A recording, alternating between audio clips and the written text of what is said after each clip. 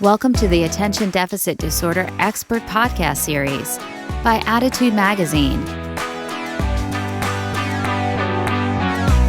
Good afternoon, everyone. It's Susan Coffin at Attitude Magazine, and I'm very pleased to welcome you to this week's webinar. We've been very fortunate to have some wonderful speakers, and today we have with us Mary Rooney, PhD, who's a clinical psychologist at the Child Mind Institute here in New York. She specializes in the evaluation and treatment of ADHD and behavior, anxiety, and mood disorders, working at the ADHD and Disruptive Behavior Disorder Center at the Child Mind Institute. I would like to recommend strongly the Child Mind Institute to all of you. They have a wonderful website. I think Dr. Rooney will be speaking about it again as we get into the webinar. It's childmind.org, and they have some terrific resources, articles, and great e-newsletters. With that, let me turn it over to Dr. Rooney, who will give a brief introduction, and then we'll take questions. Thank you. Thank you very much, and thank you for having me today. Yes, I'm an expert in ADHD and do a lot of work with parents of children with ADHD to help improve behavior at home and to help communicate with the school as well and kind of improve behavior all around in all settings. I know that many of you who are on this call have probably read a lot about behavior management in kids with ADHD and have probably tried to implement a variety of strategies at home already. So with that in mind, I'll just give a kind of a brief overview of the key components of some effective programs for managing kids' behavior, and then we'll drill down to some specific questions that come in and talk in a little bit more detail about strategies that can be implemented for those specific behaviors that many of you are probably seeing throughout the day. So as many of you probably know, research has shown over and over again that children with ADHD benefit from specific parenting strategies.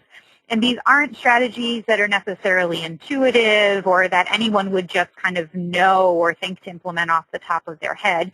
So we, as psychologists and therapists, spend a lot of time educating parents on how to apply positive parenting strategies to change their children's behavior and help them succeed. It's not easy to do this, and it takes a lot of work for parents to implement this on a day-to-day basis. And often we refer to it as parents having to be super parents to really be able to manage this behavior at home. But in the end, it really pays off, and your life becomes a lot easier overall as kids are following through on instructions. So a lot of the battles and the negotiating that goes on throughout the day to have kids follow through and do simple tasks that are just required of them, a lot of that decreases over time when you're able to use these strategies effectively. So even though parenting a child with ADHD is a complex task, when we look at the primary components that are key to most effective parenting programs, they really break down into about 5 or 6 different things. The first, and this is often overlooked because we want to just jump in and start troubleshooting the problems that come up, but really overall the foundation for any program and any effective parent-child relationship is investing time in positive relationship building with your child. So we'll talk in more detail, I think, as we go forward about how to make that special time or that quality time most effective and most valuable. But it can be even just, 5 to 15 minutes a day of special time or quality time with your child can have a big effect on the quality of your relationship and on the kind of level of compliance or follow-through that you see from your child when you ask them to do something throughout the day. The next thing is to really be clear about your expectations for behavior. And when I say be clear about it, it means not just for you to be clear in your own mind about what it is you want from your child, but to make sure that you communicate that effectively to your child so that both you and your child know exactly what behavior is expected of them. So, for example, if it's don't run down the stairs, you want to make sure that they know that also doesn't mean don't slide down the banister, don't crawl down the stairs. So if you instead say, please walk down the stairs, your child just received a really clear communication about what behavior was expected of them. Motivating your child to follow through on things that he or she is asked to do even when it's something they don't want to do. This is what we spend a lot of time working on for kids with ADHD. Often kids with ADHD don't have that same sort of intrinsic motivation to complete something or follow through on something when it's not something they're interested in doing. So I hear from parents all the time, oh, my child's great on following through or doing something that I ask them to do when it's something they're interested in or when it's something they want to do. But when it's something that's kind of boring or not that interesting to them, then the follow-through just kind of falls away, right? So that sort of internal motivation to do something that isn't one of their favorite things to do is not the same in a child with ADHD as it is in a child without ADHD. So how do we motivate them to do something that they don't want to do? And that's really something we focus on a lot. So what we use are more external rewards and external motivators. So we pair things they don't want to do with things they want to do. So kind of an if-then. If you do this, then you can do that. And we have various strategies and various ways of implementing that and making it effective at home and at school. The next piece is to use negative consequences sparingly, but also effectively. So when you do have to put a negative consequence in place, or another word for that would be a punishment in place, you want to make sure that it's effective when you do it so that you at least got something out of that and the child learned something from it. But you also want to use it as sparingly as possible because too much punishment or too many negative consequences can actually have a detrimental effect on not only your relationship with your child, but also your child's ability to learn how to behave appropriately. And last but not least is really being consistent in your follow-through and on your use of the strategies. So you can learn about all of these things and try them out, but if the consistency isn't there over time, then their effectiveness is going to be greatly diminished. So it's really those 5 components that are probably most important regardless of the parenting program or parenting approach that you're taking. So I think we can kind of open it up to the floor and take questions. Okay, that was really helpful. I have to say that your comment about having positive time brought to mind one of the readers who posted a question in advance spoke about the fact that being, quote, super psychotically fun mom works really well but gets really tiring. So I thought that was sort of a real-life comment from someone who is trying to use the positive side of behavior. And that makes a lot of sense, and it is exhausting, right, to always have to be on and kind of turn it on all the time, right? And so I would even recommend trying to kind of focus in on just a key time every day if you can, of even just 5 or 10 minutes, where you can get in a really powerful dose, we would say, of quality time with your child. And the key component of that time is to try to not place any demands on your child. And by demands, I mean not asking them to do something, not asking them too many questions, right? Not correcting what they're doing, not even praising it because that's evaluative. You're evaluating what they're doing. You want to just really give them the freedom to be who they are and enjoy that time with them and enjoy who they are. So is this analogous to floor time in some senses that Dr. Greenspan always recommends? Like hanging out? A little bit, but the key component is for the child to be it's child-directed. You want that time to be child-directed. So, and to not have any evaluation component or any kind of questions or commands coming out at that time. And it's really hard to do because when you think about what you spend most of your time doing as a parent, it's praising your child for something, asking your child to do something, correcting something, teaching them something. It's a lot of that throughout the day. And for a kid with ADHD, that can get kind of exhausting over time. Right. But during this time, it's really just about following your child's lead, enjoying your time with them, just enjoying who they are and kind of getting into their world for a bit and just kind of seeing things from their perspective. And I think one of the best ways to do this, what I've found in working with many families, is having your child teach you about something that they like to do that you don't know much about.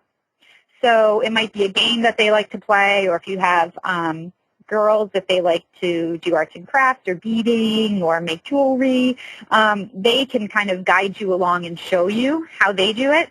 And because it's something you don't know that much about, you really can't correct them on too many things, or you can't give them too many instructions. They're really the one doing that. And that's one of the easiest ways to sort of just follow their lead and go along with them. So having a dose of that time can be really relaxing for the child and really help work on the parent-child relationship. That's a great suggestion.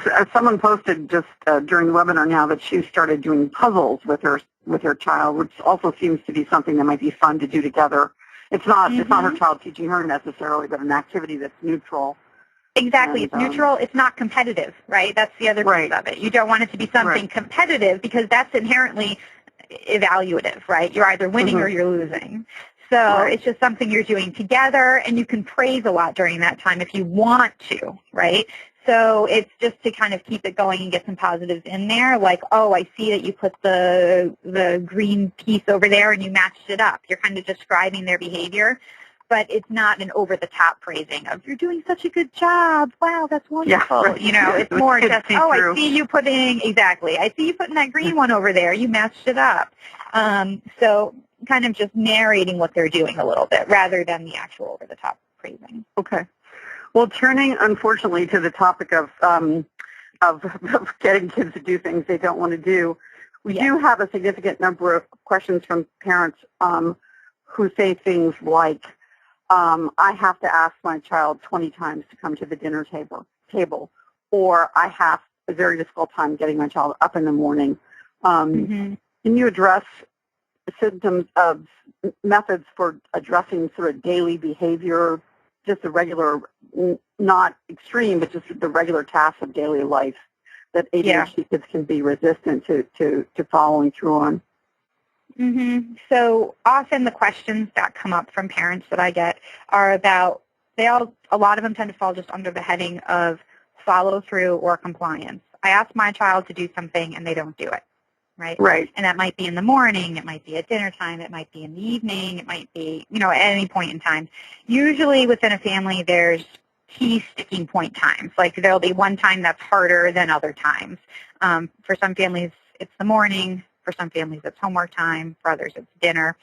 And when you're thinking about what's going on at that time, why are things breaking down, you want to think about what is happening before that time when you see that behavior, so your child's not following through and not coming to the dinner table, and what's happening afterwards. So what is the consequence of their negative behavior, right?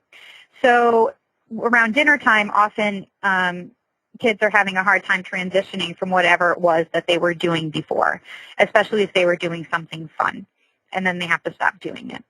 And especially if that something fun involves a screen, then it's especially challenging, right?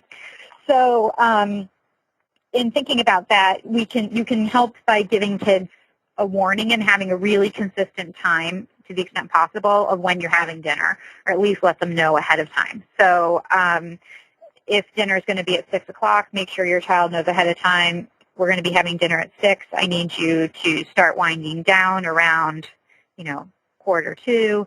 I'm going to come over and let you know and give you a heads up.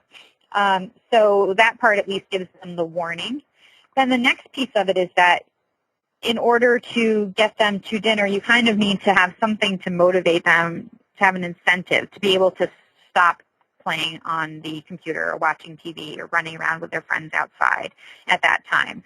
So because dinner happens every day, it's actually a really good time to use something that we call Grandma's Rule. I'm not sure why it's called that, but often we call it Grandma's Rule. And that's where if you do this hard thing, then you get this fun thing that happens, right? So if you come to dinner the first time that you're asked and you sit down, politely at the dinner table, then after dinner, you will be able to X, Y, or Z, right? That might be able to have 15 minutes of video game time, or you and your sister can go play up in your room together before we have homework, or you can have a special treat after dinner. So it doesn't have to be, it can be something social like playtime or fun time with the family. It can be a treat. It can be video game time. Whatever it is, as long as it's something that the child really genuinely enjoys, right? It's only rewarding if it's something the child finds rewarding. So if it's something you think your child might like, but come to find out they actually don't because Teenage Mutant Ninja Turtles were so like 5 years ago, right, and now they don't care anymore about being able to go play with those, then it's not actually rewarding. So you want to make sure you ask your child, what is it that you would like to do, and have that happen after dinner based on really clear expectations for what the behavior is. Does that make sense? Mm-hmm. Okay. And then the same thing in the morning, let's say, right? You can have really clear expectations about what's expected in the morning. And I would recommend, and with most of the families that I work with, we end up creating a chart or a checklist. And I'm sure many of you have tried to do this before with behavior charts. What I would recommend is picking a really specific time of the day to do it. So morning routine falls into that category. And breaking out, let's say, the 5 specific things that your child needs to do every morning, right, in order to be able to get out of the house. So it might be getting out of bed at a certain time, brushing their teeth, eating breakfast, and getting dressed, and having their shoes on and being at the door by a certain time. So let's say you have those 5 things. So your child has to do that every morning. They can check off or get a sticker, or you can check off or give them a sticker for each of those things that they do. And then at the end of the day, if they earn their points, and let's say that there's 5 total that they could possibly get, you would want them to have to earn about 4 of those points. We don't necessarily need them to be perfect. We want them to have get there to about 80% is the general rule of the total points. So if it was 10 points, they'd have to earn about 8 in order to earn whatever incentive it is that they can earn later on in the day. And have that be their routine in the morning, and have something preferably every day that they can earn. Some kids, they get so excited about the check marks and the stickers that they sort of forget they're earning something. Other kids, the check marks or stickers are totally meaningless unless they have something that they really, really want and value that they're earning at the end of that day. And for kids that already have video game time or TV time on a daily basis, you can tie that into it. You know, they get 20 minutes of video game time at the end of the day if they get their points in the morning. For other kids, if they are able to finish, if you can set a time, a completion time, let's say you need to be out of the house by 7:40, but if they can get up at 6:30, be done by 7:20, then they can watch TV or play video games for 20 minutes before they go to school. And then you've wrapped everything up right in that morning, and you don't even need to worry about giving them an incentive or a reward later on in the day. It's kind of because they have that extra time now, because they made sure to get through all of their stuff quickly, they naturally now have that block of time when they can do something fun. Screens just tend to be easiest, which is why I'm using video games or TV, but it can be anything. It can be playing, it can be reading a book, it can be shooting some hoops outside when it's nice outside in the summertime or in the spring. So whatever it is, as long as it's something fun that they enjoy, ideally if you can fit that in the morning, that's the best. But if not, you can add it in at the end of the day. So that's how I kind of would recommend handling it. Okay. Interestingly, there are two questions here that I'll bring up here in the context of getting your child to dinner. One person who said their child takes an endless amount of time to eat dinner. I mean, 20 minutes to eat a bowl of cereal, 45 minutes to get your dinner. And another person who says that they have to literally lock the food up or he'll eat everything in sight. Are these eating behaviors related to ADD? Are these behavioral? Do you have any thoughts on these two parents' comments? They can be related to ADHD. With the taking a long time to eat, the things that I would wonder about if somebody were in my office and asking this question, I would want to know, does that only happen at dinner, that they take a long time to eat, or does it also happen at other meals? And so if it's only at dinner, then what are other things that are going on at that time? Is it a family meal? Is it distracting? Is it something where it's become a control battle, where the parent, appropriately concerned about their child's nutrition, has said, well, you need to eat this. We're not going to do anything else unless you eat this. And they're being stubborn and saying, no, I'm not going to. And at times it can become a control battle. And they're getting so much attention during that time, even though it's negative attention, it's still attention, which can be very rewarding to kids, even when it's not positive.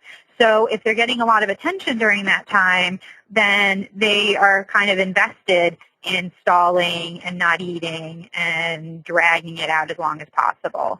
So so those are some things that I would just sort of think about and try and parse out as a parent. And if there is a lot of negative attention going on, then I would try and reverse it, where if you finish your food by this time, then we can have this fun time together afterwards. We're going to spend 15 minutes or 5 minutes together doing something fun. So that attention comes, but it's in a positive way later on. And tons of praise when the child, eats their food more quickly. So, and then with the wanting to eat everything in sight issue, that comes up, happens. Some of it can be related to impulsivity that we see in kids with ADHD. I hear a lot from parents that their children, just want to eat junk food. That's all they want. I can't get them to eat anything else. I hear that from parents of kids who don't have ADHD as well. So it's not specific to ADHD necessarily, but the impulsivity can make it harder. So that's something that I would recommend working with a therapist on. Anytime you're dealing with issues around food and eating, you want to be really careful about the message that you're sending. So it's kind of the everything in moderation is the best message to try and send. And there's no bad foods or good foods, but we want to eat things in moderation. And when we eat our healthy stuff, like our vegetables and our proteins, then we can have as a treat some of these other things. It's just that we can't have them all the time. But I recommend working with a therapist on issues related to overeating. Coming back to the system of the rewards, there are 3 or 4 people here, Felicia, Haley, who have posted that their children seem absolutely not motivated by rewards, or they haven't come up with any rewards that seem to work. And wondered if you could delve further into the question of rewards. There are some kids, so it's interesting, there's some kids that are so easy to come up with rewards for. They get so excited about so many different things that are pretty easy to put into place as rewards. And then there are those kids where it's like, my gosh, my child's just really not getting that excited about anything in particular, and they could kind of take it or leave it. They like this, but if they don't get it, that's fine. It's not really a big deal to them, right? So those kids are hard to reward. So that's a good question, and it is challenging. I recommend, working with your child as much as you can to kind of figure out with them what is it that they like, if there is anything. If it's that your child really only likes kind of bigger things, sometimes it's hard to find smaller things that your child likes that you can reward with on a daily basis. If it is bigger things, something that's worked with a number of families is to take a picture of something, the thing that they want. Let's say it's a new pair of sneakers, or one family was ready to get a pet and the child wanted an iguana. The family was ready for it. So in that case, it was an iguana. But obviously you can't give your child an iguana a day. So for that family, we had them take a picture of an iguana, just print one off on the internet, and cut it up into 4 different pieces, almost like a puzzle. You can even cut it into a puzzle if you want to. There's some apps for that. But the child can then earn a piece of the puzzle, right, every week, or depending on the frequency, but no more than every week. That's the max you could go to. And they earn a piece, and they kind of build the puzzle as they go. If you want it to be daily, then you could cut it into smaller pieces, and they earn a different piece a day. I just wouldn't string it out more than, for some kids it's hard to go more than 2 weeks. Other kids, as they get older, they can handle 4 weeks, depending on how potent that reward is. So that's a way to handle something that's bigger. So you're really saying find something that they find something that they like, want, but it is hard. I don't want to minimize what they're asking because it is really hard. Another kid that really liked video games, but not just playing them, he always wanted new ones. We had him earn $1 toward a GameStop gift card a day, and then at the end of the month, he would be able to get his GameStop gift card. But we would put a little G on just on the regular family calendar for every day that he earned one of those. So you have to kind of get creative about it, though. It is hard, but the more creative you can get, there's always something you can find. Yeah, there are questions here about the use of screen time. They vary from, is there a recommended amount of screen time per day? Is there any research linking screen time to poor behavior? I guess in general, I think in today's world, parents have a very tough time. We see this repeatedly, managing their children's screen time. They're frequently told to limit it, but the reality of schoolwork online and Facebook, and it's a very tough one, I think, for everybody these days. It is. It's really hard. Wondered if you had thoughts on that. So with younger kids, it's a little bit easier because they're not using as many of sort of the social media websites. It's not as central to their social life when they're in at least the first 3 years or so of elementary school. As they get older, it becomes more challenging. But I generally recommend to parents no more than an hour a day total, right? And that's between video games and TV time.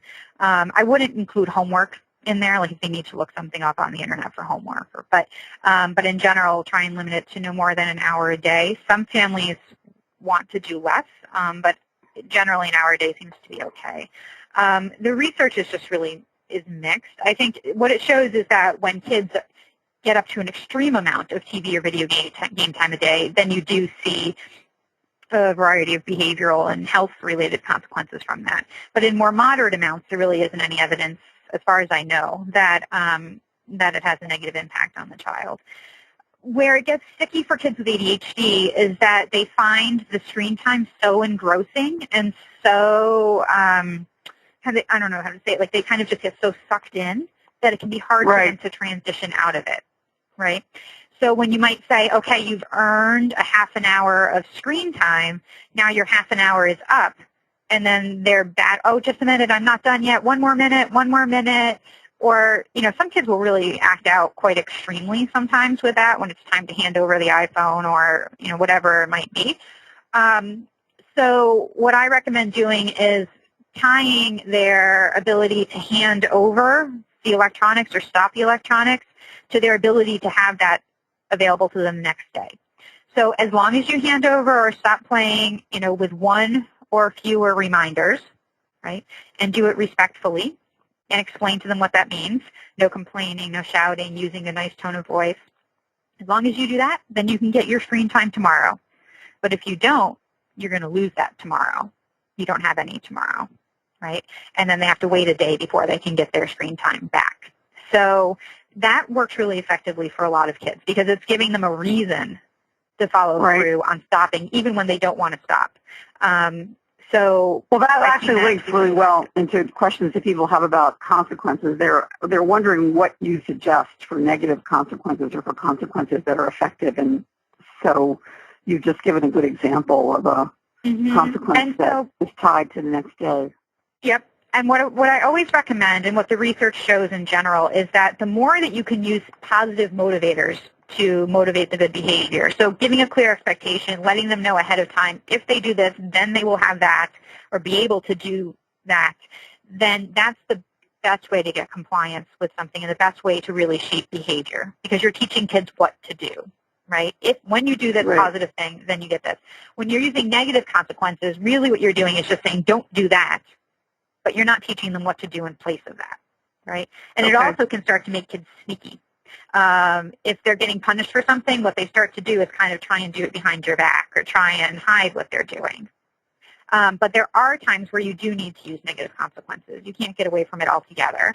And those times tend to be times where the activity that they're doing is so rewarding and so reinforcing in and of itself, like playing video games or watching TV, that it doesn't matter what positive you have coming after that. there's nothing more powerful than what they're doing already. Does that make sense? It's kind of a difficult concept. So if it's so rewarding even to be teasing your sister, like he just loves teasing his sister and that's so much fun for him, it doesn't matter what else he's got coming to him, that's the most rewarding thing at that time. At those times, a negative consequence needs to be put in place. For younger kids, timeout can be really effective as long as you're doing it appropriately. And going through the appropriate steps of timeout right now would take too much time, but if you go to childmind.org, we have information on there about timeout and how to use it effectively.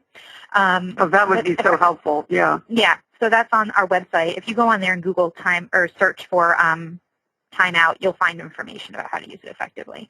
And then, so timeout can be a good effective strategy because it's really timeout from anything positive that's going on. That's how I think about it. So removing them from anything that's fun. And then, you know, a lot of times kids have a lot of things throughout the day that are actually privileges that we don't think of as privileges because they're just things they get. It's like screen time or, you know, being able to watch TV, screen time, fun activities that they might do on a regular basis. Try and start to think about those things that they do throughout the day as privileges, something that they get because they're having good behavior, right? They're not just things that the child's entitled to because they're a child. So screen time in particular tends to come up as something that is truly a privilege. It's not necessary. They're not building social skills by doing it necessarily. They're not getting any educational value out of it. So it is something that you can take away without having a negative impact on the child. So I often recommend removing screen time or, for older kids, their cell phone as a consequence. Right. The thing to do, though, is to not take it away for too long of a period of time. Just 1 day or 2 days for most behaviors is plenty of time. For some kids, even just an evening without it is plenty of time. It doesn't need to be an extreme negative consequence. There's a lot of research showing that a smaller consequence has the same effect on changing behavior as a bigger consequence. Once it gets too big, it's very hard to follow through on. And as parents, you start punishing yourself almost, having to follow through on the grounding or the taking away of the electronics for too long of a time because it's so hard to follow through on. And it's better to give a smaller consequence and follow through than a bigger consequence that you have to backtrack on. Because then kids learn, well, if I negotiate enough or if I whine enough, or then I can get out of this and I can get my stuff back. So a smaller consequence that you can follow through on. Yeah, that makes huge sense. In terms of the positive consequences of the grandma's rule, there are a number of people posting either that they themselves feel that they're rewarding behavior that should be done otherwise, or that their spouse is uncomfortable with what seems to be rewarding behavior that a child should be able to do. Yes, and I hear this from parents. I hear it all the time from parents. Parents asking this question all the time, and so do teachers actually at school. And the way to think about it is the behavior that you want to happen, the behavior you're going to be rewarding, is something that's not happening currently. Right? The child's not doing it currently. Maybe they should be doing it, but they're not doing it. And for kids with ADHD, something that might seem simple enough might be actually harder for a child with ADHD to do. A lot of times it's harder to not procrastinate. It's harder to initiate something. It's harder to follow through on something that has multiple steps. It's harder to remember to do that same thing every day. So often they do need a little extra incentive to kind of help them click their brain into action to follow through on those things that they need to do. But regardless of whether they should be doing it, they're not, right? So your choices are to punish them for it, which doesn't necessarily motivate them to do it. It just kind of has a negative consequence for not doing it. But if you reward them for it, then you're motivating them to do it. And really the goal is to see behavior change, right? That's really our goal. And the most effective way to do it is by having a positive motivator and clear expectations and consistency in place.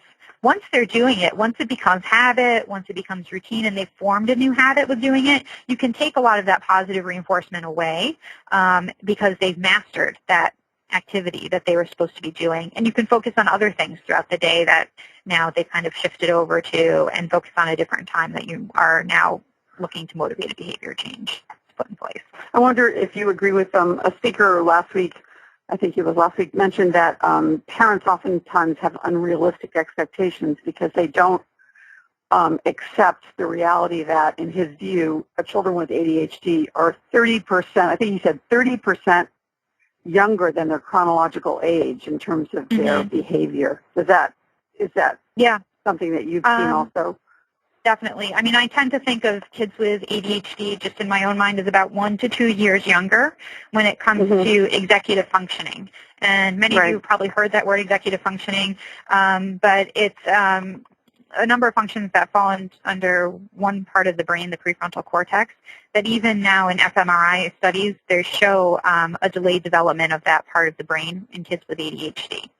And so things like planning, follow-through, multi-step instructions, like I was mentioning before, initiating an activity, not procrastinating, that tends to be about 1 to 2 years younger in kids with ADHD than in kids without. So the expectations do need to be adjusted for kids with ADHD. And it can be much harder for them to do many of the things that might come easier to another kid the same age who doesn't have ADHD. Right. In terms of the spouse's family agreement, both between the partners as well as applying the same standards to children who don't have AD to those who don't. I mean, do you have any thoughts on the impact on the family dynamic of these sorts of behavior techniques? Sounds like it can be challenging. It can be. So the main thing, and I'm sure everyone has heard this before and it's easier said than done, but is to co-parent in a way that is consistent. So whatever is coming from one parent is coming from the other parent as well, and to have the same standards and to be on the same page with things. So that takes communication, kind of behind the scenes, not in front of your child. So talking about what the expectations are, this is where charts can actually become very helpful because it becomes something that's documented. This is what we're expecting in the morning. This is what the morning routine looks like. This is what we have listed out as what they get for when they go through their morning routine. It helps to have everyone on the same page when you have something like that.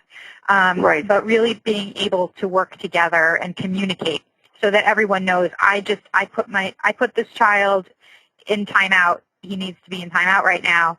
You need to communicate that to other members of the household, whether that's a babysitter, a spouse, an older sibling. Everyone needs to know because if somebody goes over and starts playing with or engaging that child, suddenly the timeout's totally useless. It's not a timeout anymore. So it's all about communication. If it's something that's a major struggle at home, then I strongly recommend meeting with a behavioral therapist to focus on communication and have both parents go and talk about it together and have some strategies that the therapist can kind of work through that will work for both parents and across households if there's 2 separate households. Right. I wanted to turn to a thorny subject that is frequently brought up in our webinars and has been today, and that is homework. We have some parents whose children are resistant to doing homework at all, who are sort of non-motivated, others who are aggressive or nasty when it comes time to do homework, and others who are just have a difficult time focusing. So the homework hour seems to be one of the most difficult for many parents of kids with ADHD, and I wondered what your thoughts were on homework. Yeah, homework is definitely one of the biggest kind of battlegrounds that happen for kids with ADHD. On our website on childmind.org, we actually have a number of different videotaped presentations given by different therapists here talking specifically about homework time. We have some from our learning specialist group here talking about how to help kids stay organized during homework time and how to help motivate them through homework time. So I strongly recommend for parents who are having difficulty with that, if you just go to childmind.org and in the search box type homework, and you'll just get a list of everything on our site that covers that topic. So homework's actually a really complex time which is why I'm recommending that parents dig in deeper and look online. But it actually involves a whole bunch of steps. It seems so simple when we say just do your homework. But when you think about what it involves planning, it involves organizing, it involves staying motivated through doing something that's not pleasant in particular, not enjoyable, and doesn't have an immediate reward to it. And often you're having to do it in place of the perceived idea that you could be doing something else that's more fun at that time. And it happens at a time when kids are tired. And for kids with ADHD, if they take a stimulant medication during the day, it's often worn off by homework time. So they might have a particularly difficult time paying attention, whereas they could have an easier time during the day. For motivating kids to do homework, really coming up with a structured plan for that time is best. You can do it kind of similarly to what I talked about with the morning routine, but really laying out what your expectations are for homework. So it might be sitting down and getting started with one or fewer reminders, right, and staying on task until the work is done, and scheduling breaks in there. So it might be that kids can only work for, depending on the age of the child, might only be able to work for 10 minutes and then need a 5-minute break, or 15 minutes and then need a 5-minute break. You can put into your expectations that your child needs to return to start their homework again when the timer goes off. After 5 minutes, they need to go back and get started right away. And if they do those things, then they earn, a privilege that they can do afterwards. So if they have screen time every night, the screen time comes only after the homework's been done, ever, and be consistent with that. And you need to be able to check off those boxes on your list in order for them to earn that screen time. So I think the breaks can be a key part of that, because it really is hard for kids with ADHD to sustain their attention for a very long time like that. And they actually can get through homework faster if they have scheduled breaks than they would if you try to push them straight through, because they peter out. Otherwise, you're arguing about trying to get them on task. They're zoning out. They're not staying focused. So scheduling in those breaks, but also an incentive for returning after the break is key. Also, it helps if you can supervise. So have them someplace where you can see what they're doing. You don't have to sit with them necessarily if your child's able to do homework independently, but just having an adult around, sort of moving around the room, being present, actually helps the child stay focused and stay on task. So if you're making dinner, maybe you're making dinner in the kitchen and they're sitting at the kitchen table doing homework. You don't want them up in their bedroom or in a room where you can't see them, because then you don't know what they're doing. You don't know if they're doing their homework or not. So I would say, to kind of summarize, come up with really clear expectations for what they want. They only earn their screen time or another fun activity if they follow through on those things on your checklist, and to have homework done in an area that's organized and in the presence of an adult who can kind of supervise from afar. Because kids with ADHD have a harder time with the kind of internal, what we call intrinsic motivation, like doing something for the sake of doing it, or because you have this long-term goal of wanting to do well in school. A long-term goal like that is really hard for a kid with ADHD. They have a really hard time keeping that in their mind. Like, if I do this now, it's going to be really helpful for me. I'm going to get a good grade at the end of the quarter. Or if I do this well, a couple of days from now, I might get a good grade back. There isn't that immediacy with homework that they have with some other tasks that they have to do. Mm-hmm. So there's this delayed reward with it that for something that's not pleasant necessarily to be doing in the first place. And that makes it really hard for kids to stay motivated during that time. And don't forget that for kids with ADHD, it is harder to stay focused. It does take this sort of mental effort to really stay focused on what they're doing. So it is challenging for them to complete a task like that that isn't inherently motivating. So because of that, you really do need to use an external reinforcer. Like, when you get through this, then you'll be able to play your video games or go outside and play or whatever it is. If you have a child who, when you put a reinforcer like that in place, or reward in place, they rush through their work because sometimes that happens. It's like, I'm going to get through this as quickly as possible. I don't care about the quality. I just want to get out and play. Then part of your checklist or part of your requirements needs to be that the work is done neatly and carefully. And they're not allowed to move on to do whatever the fun thing is until you've come and checked to make sure that that's the case. Right? So that's just part of the requirement, and that will slow them down. But really, you do need to have a powerful sort of external reinforcer in place to be able to motivate them to get them through that challenging time. If you have a child where even that's not working, then I would recommend considering meeting with a psychiatrist or psychopharmacologist to talk about medication options, because it might be that being able to focus at that time is so challenging for them that medication would be helpful. And on our website, we have a lot of information about medication for kids with ADHD. Okay. There are a number of questions here from parents whose kids, when the parents try to, as they must inevitably, correct their behavior, get them to dinner, get them to get up, brush their teeth, whatever it may be, whose kids say, "I'm stupid, I'm bad," and the parents are sort of concerned about how to handle, behavior correction without sort of reinforcing what's already a self-esteem issue for so many kids with ADD who are constantly being told that they're misbehaving, they're bad, they're not acceptable, etc. Yeah, that's hard. So one piece of that is what I was talking about at the beginning, which is trying to build in that quality time almost every day where you do have some positive time with your child, and that helps to sort of offset some of the negative feedback that they're receiving throughout the day. Another piece of it is to increase the amount of praise that you're giving your child throughout the day, right? So we sometimes call it catching them being good. It's so easy for kids, particularly kids with ADHD, for parents to sort of let sleeping dogs lie, so to speak. Like when there's nothing bad happening and it's kind of quiet and you're like, oh, good, I'm just glad that things are quiet right now. I'm not going to rock the boat. I'm just going to kind of tiptoe away. And, well, it's at those times when things are going well that you really want to take the opportunity to praise your child and say, I really like how you and your sister are playing quietly together right now. Or thank you so much for coming over right away when I asked you to.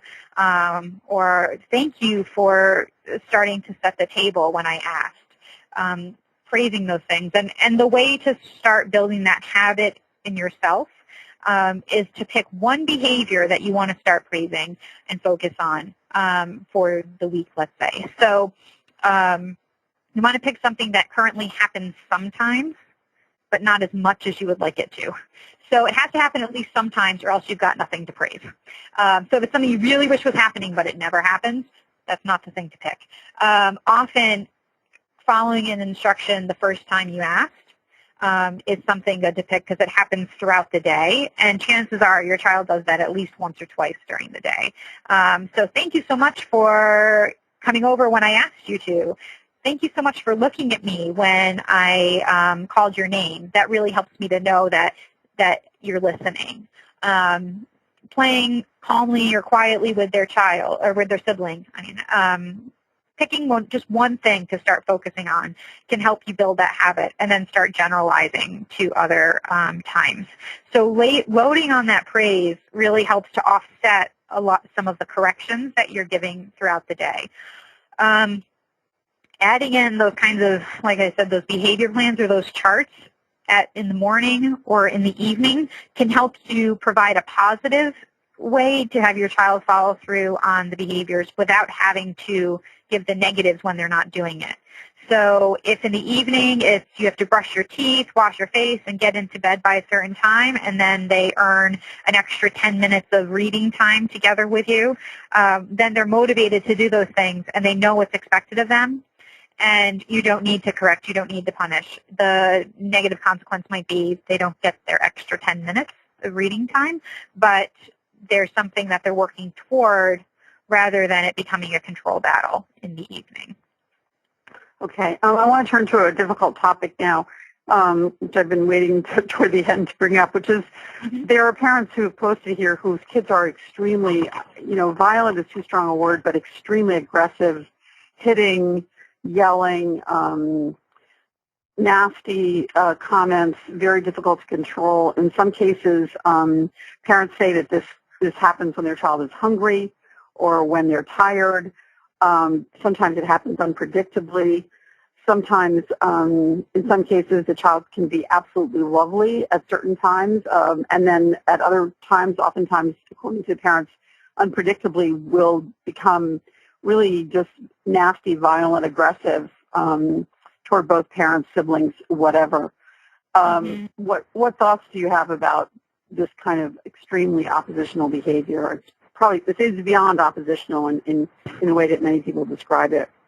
Yeah. So that behavior, so when kids really act out in a violent or aggressive way, is sometimes happens in kids with ADHD. More often than not, it's not necessarily part of ADHD. It can be part of oppositional defiant disorder, which happens in conjunction with ADHD about 40% of the time. It co-occurs with ADHD. But figuring out why the aggression's happening and why the violent outbursts are happening really takes working closely with a behavioral psychologist to parse out what's going on, because there can be so many different underlying causes. But it's not necessarily typical of a child with ADHD to act out aggressively and violently. If you have a younger child, a child under 6 who is extremely oppositional, they don't follow through on anything that you ask them to do, they act out violently, kicking, hitting, spitting, screaming, when asked to do something that they don't want to do, and they're under the age of 6 or younger, then parent-child interaction therapy could be an appropriate intervention after a thorough assessment.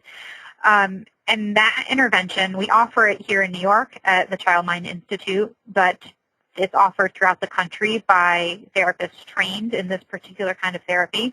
And in that kind of therapy, a parent, one at a time, the mom or the dad, are behind a one-way mirror and interacting with their child, and they're coached in specific skills on how to manage their child's behavior by the therapist, who is on the other side of the mirror with a microphone, and the parent has a speaker in their ear. So we're able to coach parents directly on how to handle the outbursts when they happen. We have specific skills and strategies that we teach, and also how to have positive interactions with their child at other times that really help to build up the positive relationship. For more information on PCIT, you can go to www.pcit.org.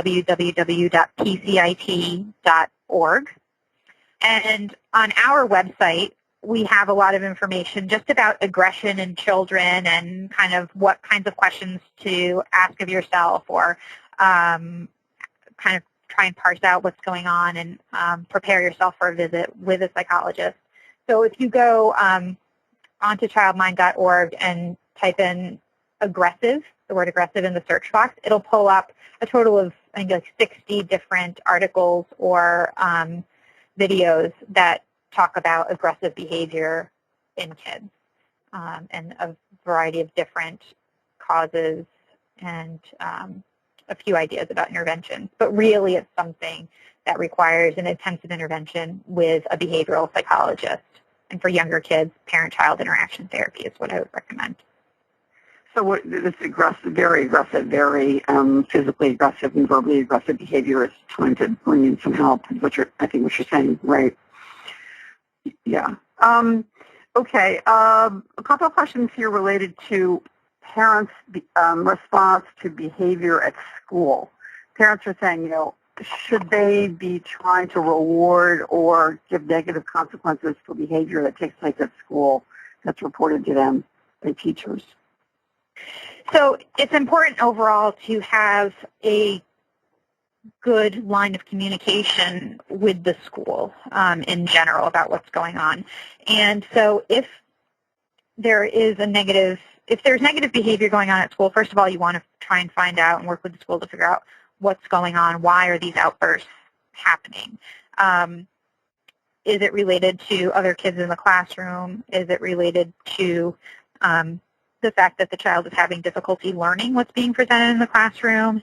Are they in a classroom setting that's too noisy or too chaotic for them to be able to focus. You want to do some analysis to try and figure out what's going on there, and working with the school and probably the school psychologist to figure some of that out. When that's already been done and there's a good plan in place, then you can work with the school to have consequences or rewards put into place at school for good behavior. And you can also reward or have a negative consequence at home when there is bad behavior at school. Ideally, you would be able to have a relationship with the school where they can let you know on a daily basis through something we call a daily report card, which is basically a behavioral plan for kids in the classroom. They can let you know on a daily basis how they did at school, and then you can praise and or reward that behavior at home so that there's clear communication between the school and home. In order for that to be effective, you need to have daily communication with the school, though, in the form of a sheet or something that comes home, because you can't effectively reward or punish a behavior that happened at school if you don't know that it happened. So communication is really the key. But it's fine to handle that at home and provide an incentive or praise or a punishment if there's something very serious that happened. Okay. A question about lying and impulsive stealing. A couple of parents mentioned this sort of lying and stealing sort of seem to link it to impulsivity, sort of behavior that's sort of not well thought through, I guess. Yeah, lying and stealing, we see that in some kids with ADHD, not all kids with ADHD, but in some. And the reasons for that can be, there can be a whole bunch of different reasons for it. So it's really hard for me to go into depth on that in a format like this, but they're serious behaviors, as I'm sure you know, and I would strongly recommend working with a behavioral psychologist to figure out why those things are happening. If it's lying specifically to get out of something or lying to sort of avoid punishment, and that's the consistent nature of why these lies are happening, then what that says to me is there might be a lot of kind of negative consequences or punishment going on at home for things. And so the child has resorted to trying to be sneaky about getting away with their behavior and lying to get out of a negative consequence. So if that's the type of lie that's happening, you want to make sure that you're shifting to more of a positive incentive model for changing behavior at home rather than negative consequences as sort of the consistent model of what's being used. If it's other types of lying and if it's stealing, it's more than I can get into right now with only a couple of minutes left. But I would recommend, we have information on our website about this as well, but I would also recommend meeting with a behavioral psychologist to address that. Okay. Quickly. Well, Dr. Rooney, this has been incredibly helpful. Are there any last words of advice that you would like to say before we close? It's a complicated topic, and I think you've done it justice, and we thank you. It is complicated, and I think I would just ask parents of kids with ADHD to appreciate the fact that you do have a difficult task as parents. You know, if you're feeling tired, you're feeling frustrated, you know, you do have a difficult task that you're dealing with, but there are ways to make it easier by doing the kinds of things that we talked about. And if you are feeling overwhelmed, if you are feeling isolated, if you are feeling stressed, reach out and try and, you know, seek help. Attitude Magazine's wonderful. CHADD.org is a great organization for parents and adults with ADHD, and they have support groups throughout the country so you can connect with other parents. And do look for a psychologist who specializes in ADHD and takes the behavioral approach to intervention to help you implement some of the strategies that we talked about today. I think that's great advice. Certainly finding other people, whether it be through a CHAD support group or on our website, ADD Connect, you can chat with other parents who are going through similar difficult things, and that can be very helpful. So thank you so much, Dr. Rooney, and thank you all again. See you soon. For more Attitude podcasts and information on living well with attention deficit, visit attitudemag.com. That's ADDITUDEMAG.com.